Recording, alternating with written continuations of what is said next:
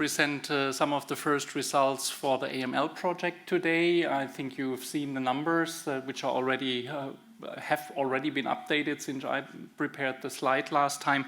But for AML, we have collected the largest amount of data so far as this was the pilot project, and I think many of you are aware of that.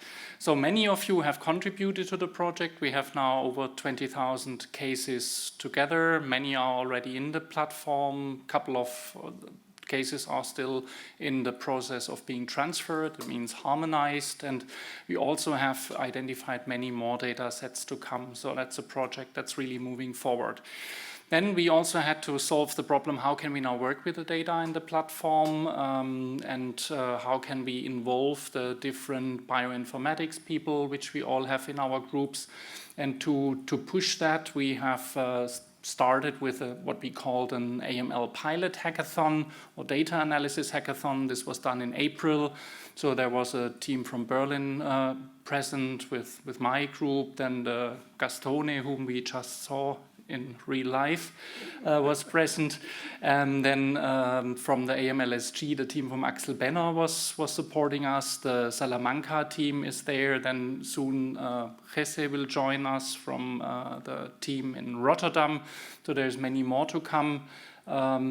And of course, also the colleagues from FPR, Bayer, AbbVie, Menarini are supporting the data analysis. And since then, we also have started bi-weekly work package meetings on Friday mornings where we really focus on the progress of the projects. And today, I'm happy that we can present some of the first projects that also have been accepted at this year's ASH meeting. And then in addition, we also have decided that we have to document what we discuss in these meetings and that we put down our thoughts and also the progress. So we have a Google document which is constantly evolving. And for all of those of you who are interested, we are happy to share that document. Jesus already has shown to you that we were successful in having one oral presentation on the RAD21 story. This was the initial project which we had initiated to look in detail at these gene-gene interactions that impact outcome in AML. So this will be presented by Raoul. And then we also have two poster presentations. One is where we use the Dirichlet process to further refine AML classification, and as a sub-project also looked on gender-specific differences. And then a project led together by Marta and Javier from Salamanca, looking at machine learning algorithms, tools to predict individual patients' risk, for example, that we can in the future then facilitate treatment decisions with regard, for example, to allogeneic transplantation. And then I'll briefly want to share some of the results of these three projects, and I invite all of you to look at the contributions at the upcoming ASH meeting. So the first one, why were we looking at RAD21? RAD21 was identified by many of our groups as a co-mutation frequently seen in AML, together with, for example, DNMT3A mutations. And for DNMT3A, there was also a long debate, is this good, is this bad? In the large AML cohort which we have collected so far, DNMT3A, the presence of DNMT3A seems to be rather a poor marker, therefore it's labeled in red here. But then we identified if it co-occurs with RAD21 together, that impacts or has an impact on outcome, and that those patients do not do poorly anymore. So the question was then, can we dig deeper into RAD21? Is this really an independent marker? And we now had the power to do a subgroup analysis because RAD21 is not so frequently found mutant in AML, but we had many cases together that we could look at these groups, DNMT3A with or without RAD21 mutation, in more detail. And you can see The RUT21 mutant group is the blue curve, which is doing much better, irrespective whether it is treated with intensive chemotherapy on the left side or with allogeneic transplantation on the right side. And then we also performed the multivariate analysis that confirmed that RUT21 seems to be an independent prognostic marker in that group. You can see that plot on the far left side, which is not crossing the significance line. And importantly also, we mined public data sets, which we of course also want to use to validate our harmony findings. And there was recently a study published in Blood by an American group by Machewski. And when we looked at their data, we could confirm our findings in an independent data set. So that will be presented by Raul. Then we have two posters. This was work together from Tommaso and his colleagues from the group from Gastone. And here we have refined the Dirichlet process, which we had previously used together with Peter Campbell's group to refine AML classification. To look at the harmony data that was, or the early data set that was in the platform. So while we could confirm the previous classification, the relevant cytogenetic and molecular genetic subgroups, we could identify additional gene-driven subgroups. I apologize, it should read TP53, that's a spelling mistake. But interestingly, we could identify a Sybil group that is of poor prognostic impact and a PHF6 mutant group. And if you think of Marty Tallman's talk, he also showed the group of P53 cases who are not responding to CPX351 or poorly responding to CPX51, and the Sybil group. So it seems that Sybil really also has a very poor, distinct disease biology. And then in that project, we also looked on gender-specific differences. Here also, we again, low-hanging fruit, wanted to see whether we can have the power to see gender-specific differences. And for example, if you focus on the colored columns, you can see that the orange bar is much larger for males than for females. That's the unfavorable RUNX mutations that has been described also by others in the past. That's a confirmed finding. And on the other hand, NPM1 mutations, that's the yellow bar on the bottom, more prevalent in females than males. So in the future, when we now have 20,000 cases, we of course can also look at more distinct subgroups and also see whether gene-gene interactions might have differences in males and females. And then the final project that was accepted for this year's ASH meeting, that's the project that of the software tool that was developed by Javier's group in Salamanca, together with Marta, who brought in her medical expertise from Wrocław. And the question was here, while favorable or intermediate patients, we usually do not readily say, okay, all of them have to be transplanted, because many of them have a favorable prognosis. For intermediate, it's always hard to make the decision. Usually we rather favor transplant, but for the favorable ones, we usually do not transplant. But on the other hand, we know that 1/3 of the patient relapses in the first year. So the question was whether we specifically for that subgroup could identify or predict the patient's individual risk on a number of markers and help with a treatment decision. And when we do this, I think here it was an example of a 55-year-old female patient that had NPM1 mutation and a couple of co-mutations.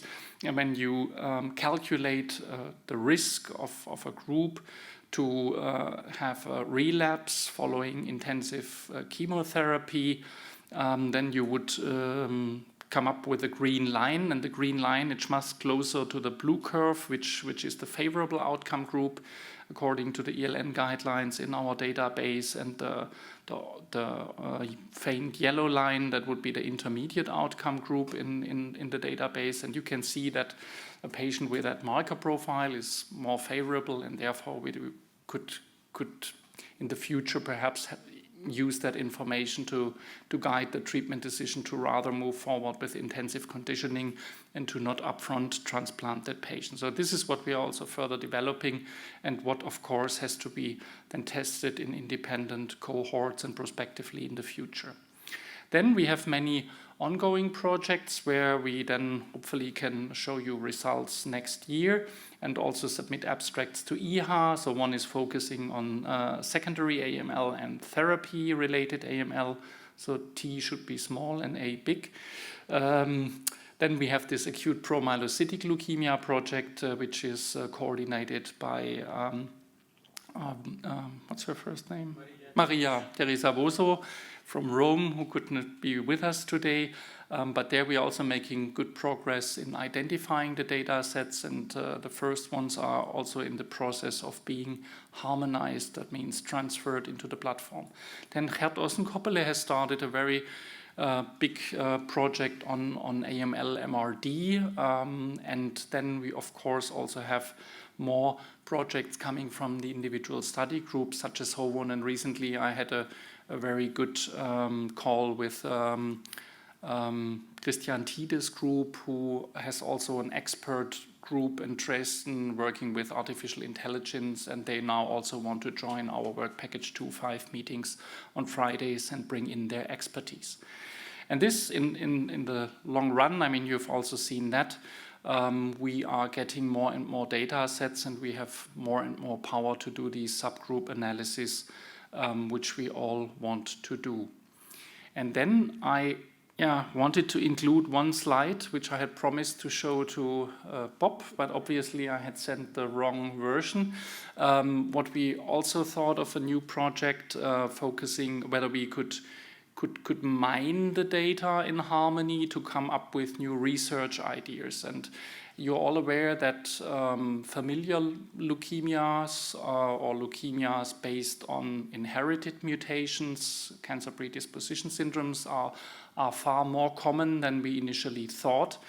And there is now initiatives who want to support these families, who want to learn more about the disease. And we were approached by one of these initiatives who focus on RUNX1 mutant leukemias, and then we had the idea, can we not use the Harmony platform to look at our RUNX1 mutant cases and to see how many of them have a high chance of being not of somatic nature, but being germline mutations with a family background.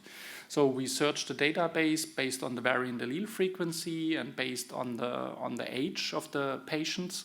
And with that, we could identify, I mean, depending on how stringent you want to be, a decent amount of patients where there is a really high chance that this could be secondary to an inherited mutation. So far, we do not have that information in Harmony. So one of the proposals which we now want to come up is to ask all the data partners whether we in the future should already start to collect information on the nature of the mutation, if there is information on the family history, if there is information whether the mutation was germline or was somatically acquired, that we start to collect that we can do respective projects in the future. And the other thing is, what we now also wanted to do based on the data we have in the platform, see which data set, for example, was enriched for these cases, and then go back to the people who provided the data and ask them whether they would have germline mutation on these cases and whether they would be interested in starting a separate project on, for example, RUNX1 mutant germline mutations. And this is what we then also will bring to you within one of the next meetings and also circulate that as a research proposal. And with this, I'm now at the end. I'm happy to take your questions. Later. Okay, thank you so much. We are in some way gaining time, so Elaine start to be a little bit more relaxed. Now we are going to see Mattia presentation and how are the progress in myeloma. Thank you so much to be here, Mattia, in representation of the European Myeloma Network. Please. Thank you very much, Jesus. I'm so happy that we can meet again in person. So I will show our results in multiple myeloma disease pillar. And I try to not lose the time that Lars gained. So let's start with the aim of the pilot project. So in the pilot project, we have a very ambitious aim, so to improve the prognostication in multiple myeloma. To improve prognostication, we have to start from the standard of care prognostic system in myeloma, that is the revised ISS, that has been published in 2015. So the revised ISS is a hierarchical process that starts from ISS, that is based on albumin and beta-2 microglobulin, and according to ISS, you add the prognostic value of a normal LDH diagnosis and the risk conferred by FISH alteration, so cytogenetic abnormalities. In this work and in the myeloma community, one patient is considered high risk if it has at least one of translocation 414, translocation 1416, or deletion or deletion 17p. However, the outcome of having more than one of these is not depicted here. So if you have 1 or 3, it's the same. You are high-risk cytogenetics. And then according to ISS and these other 2 markers, you are classified as low risk, intermediate risk, and high risk. So revised ISS 1, 2, or 3. The prognostic score works very well. However, one major limitation is that the 62% of the patient fall in the intermediate risk groups. And this is a major problem when you try to start thinking about some risk-adapted therapies, because you have more than half of the patients fall into your intermediate risk group. In the last years, moreover, another cytogenetic abnormality is gaining more and more attention, and is the amplification or gain of the long arm of chromosome 1, so the 1q plus abnormality, and this has been confirmed as a poor prognostic factor in many independent datasets, and the value of 1q plus was not included in the revised ISS. So to try to improve prognostication in myeloma, we needed a large amount of data. So through European Myeloma Network, we collected data of more than 10,000, almost 11,000 patients. And the main variables that we collected were about anti-myeloma treatment, demographics, of course, all the baseline prognostic markers, and the time to event endpoints that are relevant in multiple myeloma. So this is how the pilot project worked. So we predefined the scientific questions. We went through the approval of Harmony about the project, and then we started to approach cooperative groups and to request the data that they have produced. Then the EMN collected the data from the cooperative groups, and the EMN, that is a partner in Harmony now, through the AMEF and AMDS, transferred the data to Harmony. Then the data were analyzed thanks to a statistical team that we defined with experts from Harmony and the EMN as well.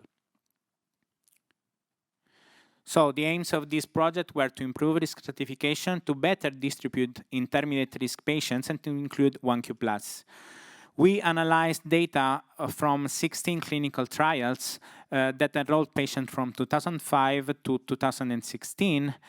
The data were harmonized and through the Home of Common Data model, and we analyzed the impact of single risk features. So not a hierarchical model, but we analyzed the value of each single risk features in overall survival and progression-free survival. And we defined an additive score using the hazard of death from the most significant variables that I'm going to show you. So these are the clinical trials, and this is only a list, but I want to stress that for all these trials we have a long follow-up, because if you want to build a prognostic scores on overall survival, then you have to have a long follow-up. We divided these trials basically in a training set, that is the first 15 trials, and in a validation set, that is the last acquired data from a big English trial, that is the myeloma 11. We chose myeloma 11 as a validation because it was the last that has been acquired, and then the score was already built on the first 15 trials, and then because the last trial enrolled both transplant-eligible and transplant-ineligible patients. These are the baseline characteristics. I will not go into detail. I just want to show that though the 1Q Plus was available in more than 2,700 patients, it was missing in the first trials because in 2010 the 1Q alteration was not measured routinely in the trials. However, having more than 2,700 patients with 1Q alteration is the biggest cohort that is available nowadays in the myeloma community. So we run a multivariate analysis on overall survival and progression-free survival of these variables, and these are the results. I want to stress out that having more than 10,000 patients makes our confidence intervals very, very, very strict, and so you can make a very precise prediction of what the value of that variable can be. We selected the first 5 variables because the 6th variable, that is 1416 translocation, was borderline significant in OS, but it was not significant in PFS. So we took the data that were complete for all these variables, and we assigned to each of these variables a score value according to their prediction of the risk of death. So the ISS2 patients have 1 point, the ISS3 1.5 points, deletion 17p 1 point, high LDH 1 point, translocation for 14 1 point, and 1Q copy number alteration half point. And by using an additive score, we can really divide the overall survival of our patient in patients that are surviving far more than 10 years to patients that performed have a really dismal outcome that is unacceptable from my point of view. But to make it usable in the clinics, we grouped these overall survival groups together with a statistical method in order to maximize the clinical usefulness of these. And we identified 4 groups, that is the low group, that is 20%, about 19% of the patients, the low intermediate group, 31% of the patients, intermediate high risk group, 41% of the patient, and the high risk group, that is 8% of the patient. And these are the results in overall survival and progression-free survival of the 4 groups. As you can see on the left, the overall survival ranged from not reached even after more than 70 months of follow-up in the low-risk group to almost 3 years, more or less 3 years in the high-risk group. And another thing that is very important is that did not exist a very comprehensive intermediate risk group, but also the intermediate low and the intermediate high risk patients are very well separated. That is a big difference compared to the revised ISS. We call this new score the revision 2 of the ISS, so R2 ISS. And also regarding PFS, we have patients that have a median PFS of 70 months to patients that have a median PFS of 20 months. So this is the training set. We expected this because we built the score upon this population. But if you look at the validation set, it is quite the same. So the curves separates very well, and the value of the score is maintained both in overall survival and progression-free survival. Another aim of this project was to separate the intermediate risk group into different groups. So in the upper part of the slide, you can see the redistribution within R2 ISS of the patients according to the original revised ISS. And if you took the intermediate risk patients, so the RISS2, sorry, you have to follow me. So RISS2 is the intermediate risk patients according to the old prognostic groups. And you stratified according to the R2 ISS, that is the new score, then you will get a population of patients that have survivals ranging from 90 months to 27 months. So this is a formal demonstration that the old prognostic model included patients with different outcomes within the same group. Okay? So in conclusion, R2ISS is a new scoring system identifying 4 groups of newly diagnosed multiple myeloma patients with different outcomes. Compared to RISS, R2ISS includes 1Q copy number alteration and better discriminates intermediate risk patients into different risk groups. Compared to the revised ISS, R2ISS comprehend the prognostic value of multiple abnormalities. In the revised ISS, if you have ISS2, you have high LDH, you have T414, 1Q, you have deletion 17 altogether, then you end up being revised ISS2. You end up being intermediate risk. In this new model, the multiple abnormalities are taken into account. And another important thing is that about 50% of the patients are low or intermediate low, and about 50% of the patients are intermediate high or high, allowing the design of risk-adapted approaches in a minimum number of patients. Because if you design a clinical trial that you can do in high-risk patients, but you end up with only 10% of the population, this is going to be difficult to enroll and to demonstrate a benefit. Here, you can design an approach on the 50% of the patient.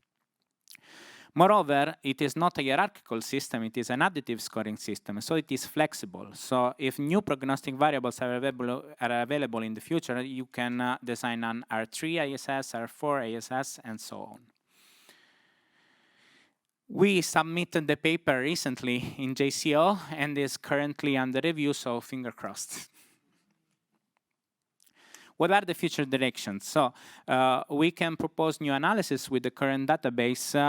We have to better define the FPS role in multiple myeloma. Until now, the story of success have been done with academic data. Being a public-private partnership, this is very important to involve also the pharma. And of course, the main proactive task that we have to do from now on is to enrich the database with new data and with new data sets. So new data, we have circulating plasma cells emerging as a poor prognostic factors. 1Q, according to number of copies, could be different. The TP53 mutations in myeloma are poor prognostic markers, as we have seen in AML and CLL and so on. We have not yet data about MRD. And as been discussed many times in this meeting, the PROs will be key to answer many questions about many stakeholders like the patient and the regulators. And of course, we lack the most recent treatments into the platform. So to enter new data sets in patients that are treated with monoclonal antibodies and with carfilzomib in first line will be also important. So basically, what we are looking at in the next 2 years, as many of the presentations stated, are real-world data. So I will not go through this because it has been already discussed. So on the left, you can see that there are advantages and the limitations, as far as that beautifully explained before, in using real-world evidence. And on the right, you can see that there are multiple sources of real-world data. So just to give you a brief example, in Italy, we started a registry that is called MyMyeloma with the primary aim to characterize and describe disease trend in clinical practice. So we plan to enroll to detect about 2,000 patients, and until now the enrollment is open 6 months from now. So the first 10 centers have been activated, and we already enrolled more than 200 patients. And you can see that we are planning to obtain baseline data, but also PROs according to the RTC QQ30, and also the evaluation of the cost incurred by the patients. And we are trying to capture the data visiting the hospital with the study personnel that will review the local data and will enter them into the ECRF in order to ensure that these are real-world data, but they are high-quality real-world data. Of course, this is not the only way. It's a fair traditional way to look at it. In the ASH Research Collaborative is doing an effort to try to collect real-world data from multiple myeloma patients, and their strategy is more based on the electronic health records. And they are getting started, and we are really keen to see if we manage to find some collaborative efforts between Harmony and ASH Data Hub, at least in the real-world evidence, or to validate what we have found in the clinical trials about the prognostic factors. So this is my last slide. This is not going to happen now, so thank you very much, and thank you for all the European cooperative groups and to Harmony.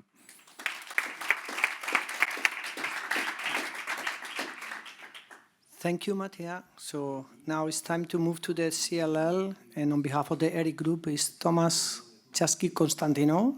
I hope that is more or less I manage, who will provide the update of the CLL. So welcome, Thomas. Good afternoon. I'm amazed you did an excellent job with my surname. Because I admit it is very difficult to pronounce it for a non-Greek. And I would like to thank you for inviting me here. I'm truly honored to be here.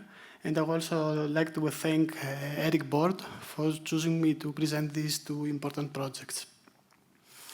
I will present to you two projects conducted by ERIC in Harmony. The first one is the other malignancies in CLL project, and the second one is named Clinical Impact of Recurrent Gene Mutations in Chronic Lymphocytic Leukemia.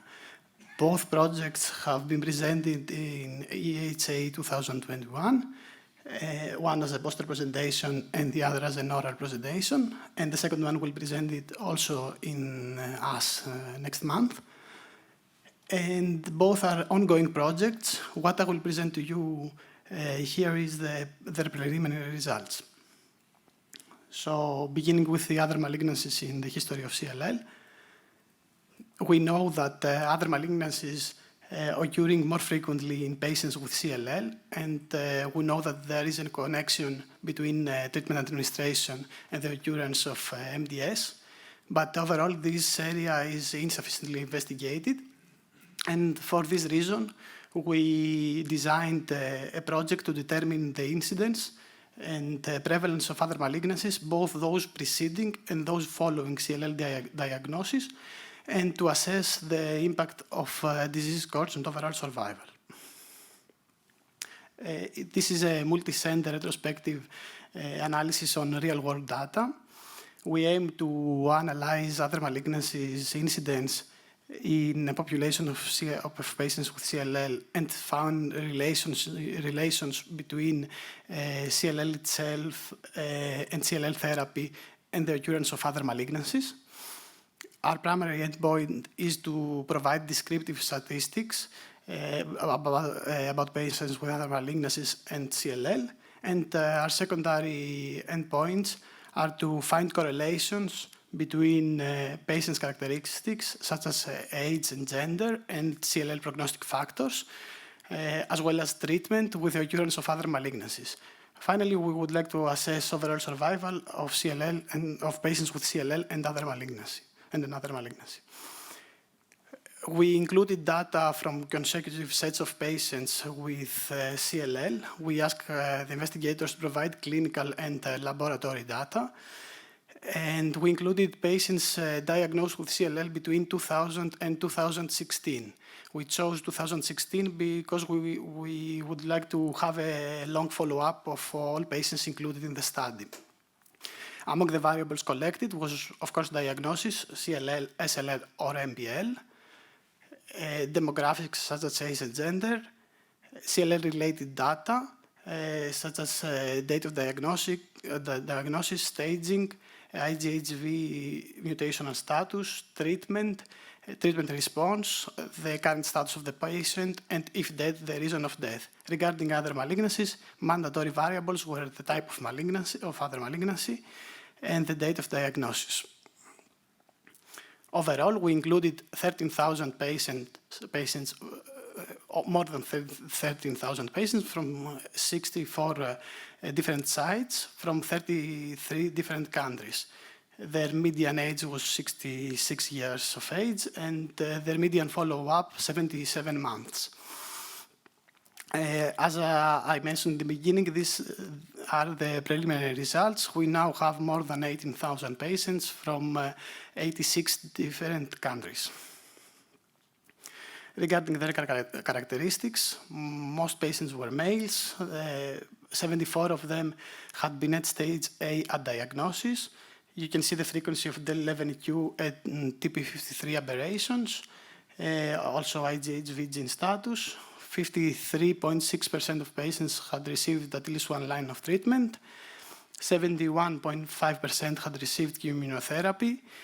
21.3% had received chemotherapy and novel agents, and only 7.2% received only novel agents.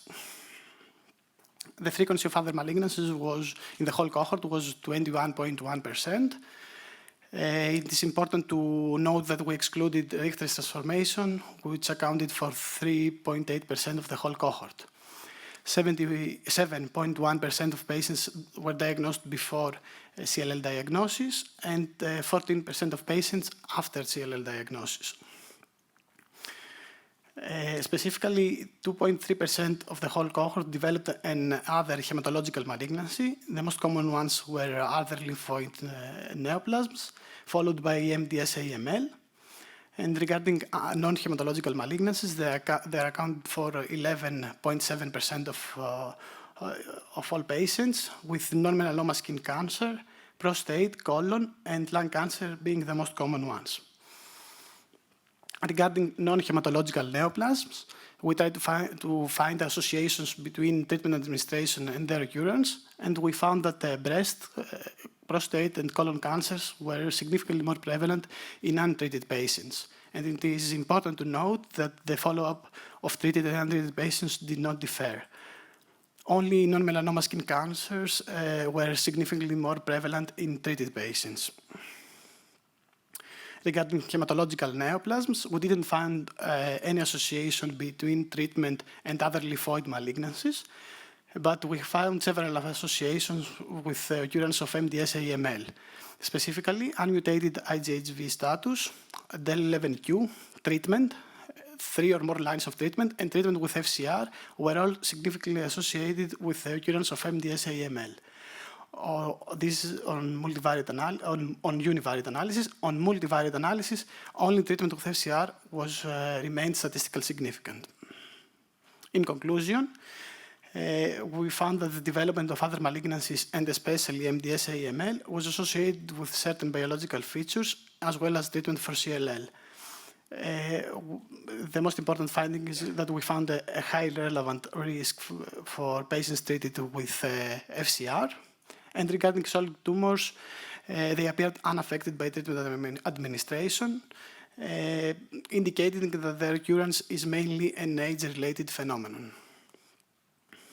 At this point, I would like to thank all the people that provide data for this project. Of course, the people in the bottom that designed and supervised the project, and the people in the beginning that are my immediate collaborators. Moving on to the next project, it is named Clinical Impact of Recurrent Gene Mutations in CLL. The aim of this project is to evaluate the 10 most frequently mutated genes in CLL and assess their clinical impact. You see the genes that had been studied. 21 sites participated in this project, and the whole project was headed by Professor Rika Rosenquist. Overall, more than 4,000 patients included in the project, and they all had pre-treatment samples. You see their baseline characteristics. Their median age was 64.5 years. 74% of them had been at stage A at diagnosis, and 58% of them had received at least one line of treatment. 63% of the whole cohort did not have any mutations in those genes. 21 to 28% had one mutated gene, 8% had two mutated genes, and 1% had three mutated genes. The most frequently mutated genes were NOTCH1, TP53, and SF3B1. The clinical outcome that the investigators chose to study was time to first treatment. And we already know that IGHV mutational status is significantly correlated with time to first treatment. Specifically, patients with unmutated IGHV genes have a shorter time to first treatment. And for this reason, in each graph, you will see two different groups with the blue lines represent patients with mutated IGHV genes, termed MCLL, and the red lines shows patients with unmutated IGHV genes. And beginning with TP53, we see that patients that have mutations in TP53 have a shorter time to first treatment in the MCLL group, and this is also true in the UCLL group. And the same is true for SF3B1. We see a huge difference in the MCLL group and a statistically significant difference in the UCLL group. Regarding NOTCH1, we don't see a difference in the UCLL group, but we see a statistically significant difference in MCLL. Moving on, BIRC3. In both groups, mutations in BIRC3 conferred a shorter time to first treatment, and the same was true for EGR2, while mutations in NFKBI did not affect time to first treatment. Regarding XPO1, we see a difference in the group of MCLL patients, but no difference in UCLL, and this is also true for POT1, while MID88 did not affect time to first treatment. Finally, the investigators tried to build prognostic models, and you see here the risk factors for time to first treatment for a specific group of patients. To your left, for patients diagnosed with UCLL and having been at stage A at diagnosis, risk factors for a shorter time to first treatment were male gender, SF3B1 mutations, TP53 aberrations, BIRC3 mutations, and also EGR2 and XPO1 conferred a shorter time to first treatment without reaching statistical significance. In the second group of patients diagnosed with MCLL and having been at stage A at diagnosis, again SF3B1, NOTCH1, NFKBI, and XPO1 were risk factors for a shorter time to first treatment. In conclusion, most recurrent mutated genes in CLL affect the clinical outcome and specifically time to first treatment, and IGHV mutational status remained important also in the context of recurrent mutations.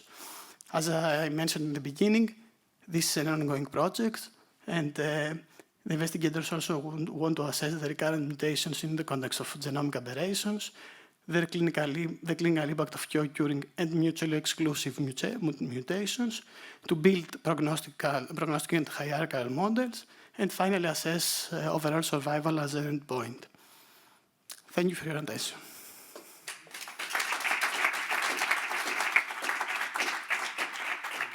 Thank you, Thomas. And now we move to the last presentation of this block, and this is my pleasure to introduce Anthony Moorman from Newcastle University. I hope that Anthony could be online virtual way. Anthony, hello. I'm here. Okay, so Appearing welcome. behind you. Welcome back. Okay, it's your time. Thank you very much, Jesus. And I'm going to give you an update today on what we've been doing in the ALL space. So can I have the next slide, please? So as I'm sure you're all aware, there's been a huge improvement in the outcome of patients with acute lymphoblastic leukemia if they are children and young adults. And this little Kaplan-Meier survival curve here shows the improvement in event-free survival achieved through successive UCAL trials. And of course, each country can prepare slides like this for their own clinical trial study groups. So this improvement has largely been down to improvement in protocol refinement, risk stratification, and supportive care, rather than a massive number of new drugs. However, there has been consequences to this. So there has been an increasing intensivity of the treatment protocols, and this has meant that if you think about this, there are some patients that are curable with less intensive therapy, because of course, if you go back to the protocols, you know, in the early 90s, you still had a 50% event-free survival. You have a group of patients that have benefited from intensification, and then you have a much smaller group of patients who are still resistant to our best treatment and need experimental approaches. So the take-home message here is that risk stratification is still very important, but it needs to shift away from just purely identifying patients that have high-risk therapy, who require high-risk therapy, but also to identify patients that have a very low risk of relapse and may be eligible for treatment de-intensification. Next slide, please.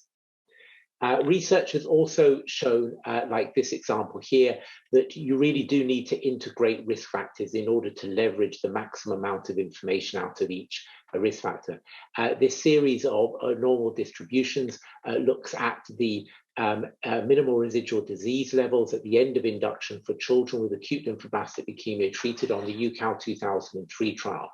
And the shading under each of these curves shows the increasing risk of relapse as the shade gets darker. And the take-home message here is that for a given level of MRD at the end of induction, your risk of relapse really does differ according to your background genetic information. And therefore, you need to integrate this by having MRD-specific thresholds for different genetic subtypes. Next slide, please. So we also know that there's a huge requirement to have good levels of evidence for the identification of robust genetic biomarkers within any disease. And this study that I did at the beginning of the Harmony project was looking at, was reviewing the level of information that was available for different genetic biomarkers. And what I found was that when we looked at over 100 publications, largely from European study groups, that the size of the tested cohort in many of these biomarker studies was very small. And 75% of the studies had screened fewer than 500 patients. And when you consider that the majority of genetic abnormalities are actually present in less than 15% of patients with acute lymphoblastic leukemia, it means that survival estimates are actually based on a very small number of patients. And this was one of the reasons why what we wanted to do was to create a kind of European knowledge bank for evaluating risk factors in ALL. Next slide, please. And this slide here just summarizes the proposal that we put to Harmony from an ALL perspective. And this was really to try and pool existing published data sets for secondary analysis. Importantly, we wanted to make it open to patients of all ages.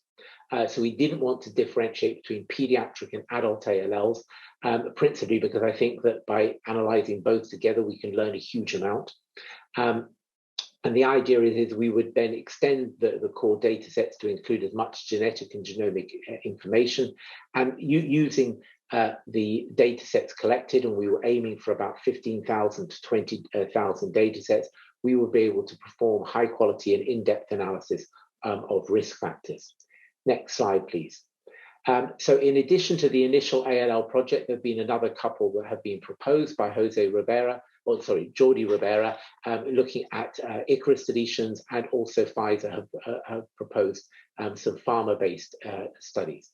But for the initial study, the real aims were to kind of develop and validate existing prognostic factors, profiles, and risk scores, and to use the data to look at developing new models for predicting outcomes, especially in key areas of unmet clinical need. And here we're talking about subtypes like TALL, which is a real challenge, and also some of the rarer genetic subtypes. And we were very keen to start using some novel methods in order to analyze the data, such as machine learning algorithms and also artificial intelligence. Next slide, please. So what we did is we approached all the major regional study groups around Europe, which are shown on this slide here. The BFM on the left are the main pediatric ALL study groups, and on the right is the EWAL, which are the adult ALL study groups, and started to collect data. So on the next slide, it shows you the data that's already been committed to the platform. This is 11,000 data sets from 8 study groups, which is absolutely fantastic. And all the ones shown in green have actually submitted data. So the vast majority of those 11,000. On the next slide are the groups are still in active collaboration with us in order to submit additional data sets. And we are hoping that around an extra 5,000 will be submitted either later this year or early next year. So we will achieve our target of around 15,000 data sets, which is excellent. So on the next slide, a couple of slides just showing you some examples of analysis of the data on the platform. This is a little bit old now, where we just had 3 data sets on the platform, but you can see from the density profile on the left-hand side that we have recruited data sets with very different ages. So the blue curve on the left-hand side is a kind of typical profile for a pediatric ALL trial, whereas the green one really focuses on younger adults, and then the red one on adults of all ages. So it really gives you a flavor of the kind of level of information that we have on the platform, and this is really exciting. And on the right-hand side is just some initial survival analysis, looking at the odds ratio associated for the risk of relapse for a variety of different biomarkers. This was just a sense check to make sure that the data on the platform was telling us, what we expected. And you can see from where the yellow dots fall on either side of the vertical line there, which shows the hazard rate, the odds ratio of 1, that there are good risk biomarkers like ETV6-RUNX1, which you would expect to be associated high hyperdiploidy, etc. And also on the right-hand side, the usual constellation of high-risk markers. But if we could go on to the next slide, one of the things that we've been doing on UCAL 2003 is trying to develop a prognostic index for delivering stratified medicine in pediatric ALL. And here we were using the UCAL 2003 data set, and we use a univariate analysis to identify a series of risk factors shown on the top left-hand table there. And these are the usual suspects. But when you do some multivariate modeling to identify the key independent risk factors and identify a minimal model, it essentially boils down to minimal residual disease at the end of induction, genetics, and also white cell count.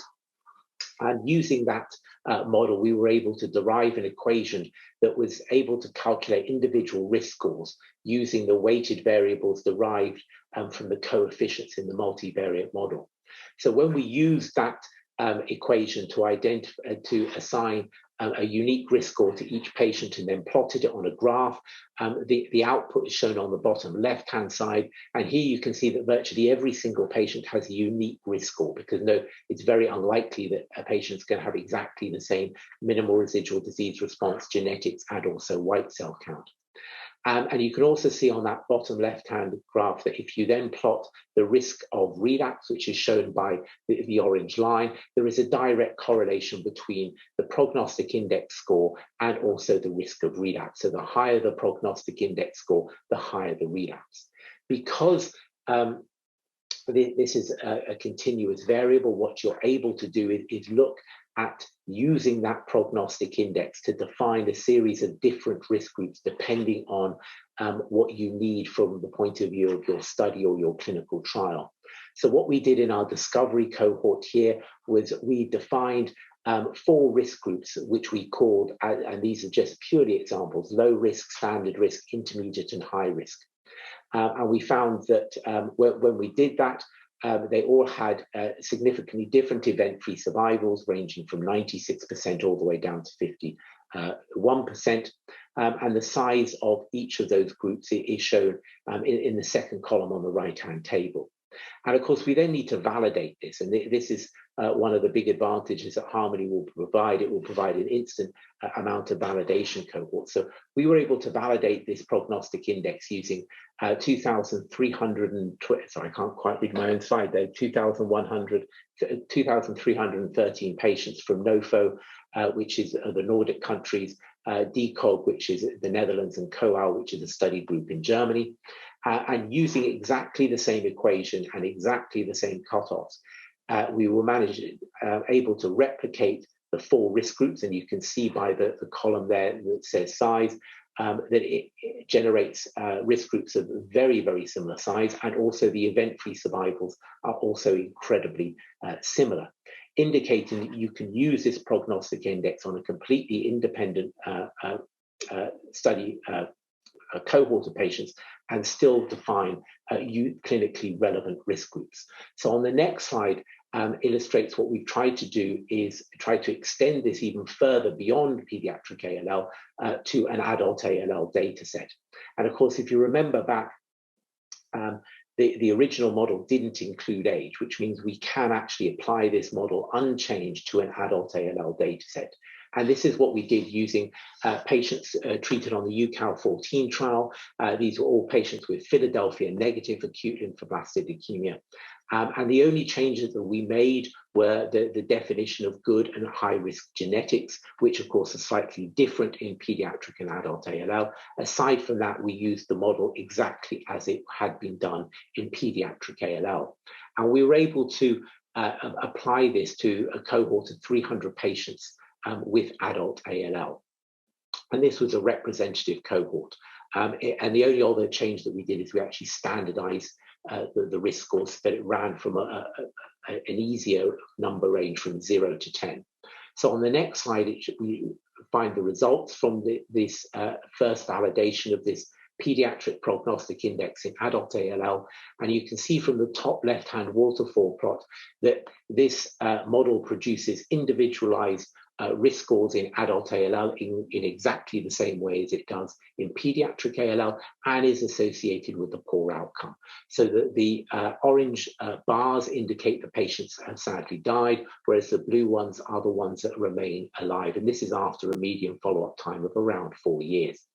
So you can see instantly that the higher your prognostic index score, the more likely you are to have died. On the bottom left-hand side, we divided the cohort of patients into equal tertiles. So this is patients' group sizes of 100 each. And you can see that each of those tertiles have a very distinctive overall survival. So on the table on the right-hand side shows you the results from the univariate Cox regression model, where we have either done it, slotted in the prognostic index as a continuous variable, or adjusted it with age. So looking at the first column first, you can see that for the relapse risk, event-free survival, and overall survival, this prognostic index is highly significant in adult ALL. So that hazard ratio there indicates the increased risk of relapse event or death for each unit increase in this prognostic index, which, as I mentioned before, runs from 0 to 10. And this is maintained, both the significance and the actual size of the hazard ratio, even when you adjust for the age of the patient, which of course in adult ALL in this particular cohort ran from 25 years to 64 years. So on the next slide, it shows how we've tried to model the use of this particular prognostic index in adult ALL. So using a threshold of 2.6, which is a threshold that we found that was most discriminatory when we looked at patients that had been purely treated with chemotherapy and had not received a transplant. You can use that threshold to define a standard risk group and a high risk group. So the idea behind this modeling was we wanted to identify a group of adult ALL patients that had a reasonable outcome even without using a transplant. And so this is kind of an exemplar about how this kind of prognostic index can be used in adult ALL. So using that threshold, it defines a standard risk group of that comprises 44% of all adults. And to remind you, these are adults that are aged between 25 years and 65 years. And by doing that, it reaches an overall survival of around 80% at 3 years, which is a very good result for a cohort of adult ALL patients, especially if they're not getting a transplant. And so we're currently trying to validate this prognostic index in additional adult ALL data sets using the resources on the Harmony platform. And we are hoping that having done that, we'll be able to publish those results and indeed incorporate this kind of prognostic index into a forthcoming clinical trial.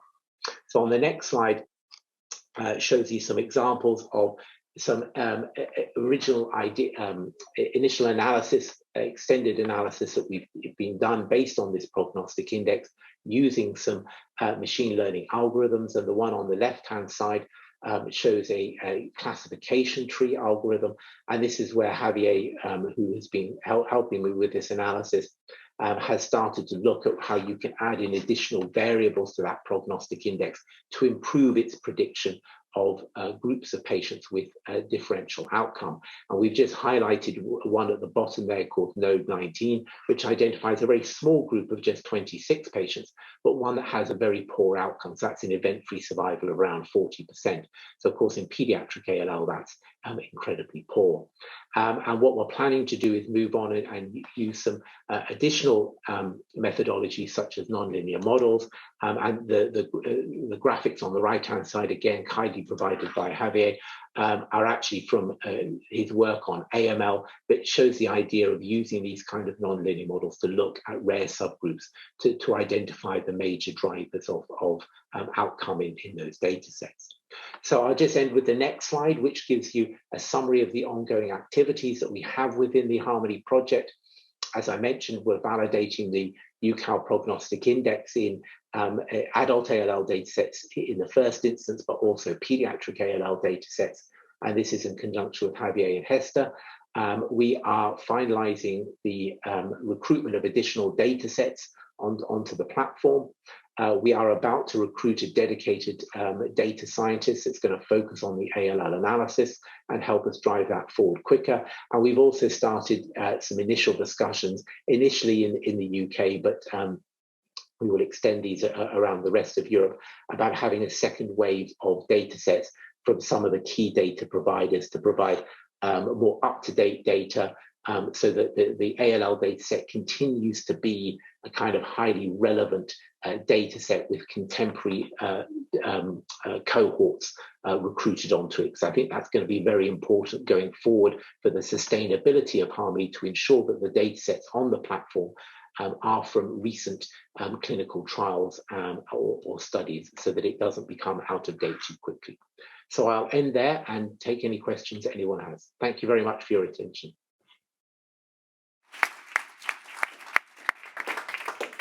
So thank you, Anthony. I think I'm very happy to see the first results coming from the ALL also. So this is growing, is a matter of more and more data. I think now maybe we have from the different diseases, maybe now we arrived to have, or we can establish the minimum common data set for, because it's a deliverable still pending on the project. Maybe on the very beginning was a little bit difficult, but now that we are collecting more and more and more data, maybe you can establish as the different work package leader from the different pillars, maybe it will be a common, just some kind of homework from here to establish this kind of minimum common data set for the different diseases, okay? Okay, this is something that we can conclude. Okay, so questions from here, questions from the, I know that we're a little bit under pressure, but okay, they are. No, I'm looking back because we received one question in the chat, and maybe we can go back to Solène again. Yeah, okay, we can start with the chat, and Solène later. Clavreux. Yes, thank you. I have a question regarding the myeloma update.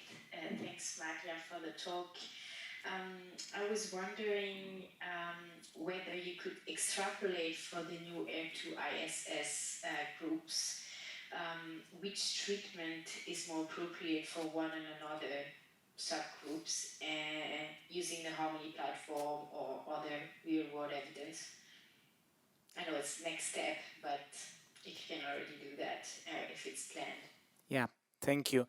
If we look at the subgroups of patients treated with transplant or no transplant, the R2-ISS works the same manner, both in transplant eligible and in transplant ineligible patients.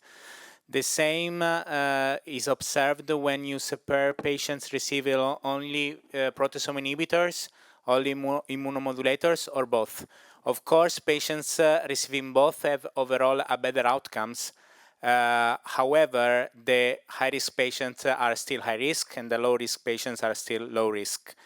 So I think that what we can do, the R2-ISS, is to try to design some risk-adapted strategy, because as a patient representative, you know, we tune the treatment in myeloma not based on the risk, but on transplant eligibility. So if you are transplant eligible, you take one pillar of therapies. If you are transplant ineligible, you get other therapies. What we are trying to design is to personalize treatment. But in this data set, we haven't the new quadruplets, the new triplets that are the most effective ones. So I think that we have to look at the R2-ISS data with the new treatments and then trying to design a treatment escalation strategy in low-risk patients, or some curative approach in low-risk patients, and in some dose escalation strategies in high-risk patients. I think that this is what the future may look like. However, there is still some work to do. But you know, if you haven't the prognostic index allowing you to separate the populations, you cannot do that. So we design that, and then we start from that to build up the risk-adapted strategies. I think that this is some work that we can do in the myeloma field in the next years. I think the idea to include these triplet and quadruplet treatments will be really of great help, because maybe if we will be able to incorporate this data, the next step will be to use this calculator for to adapt the risk and for a specific patient. So, but based on this, on the fact that we have collected all these different strategies.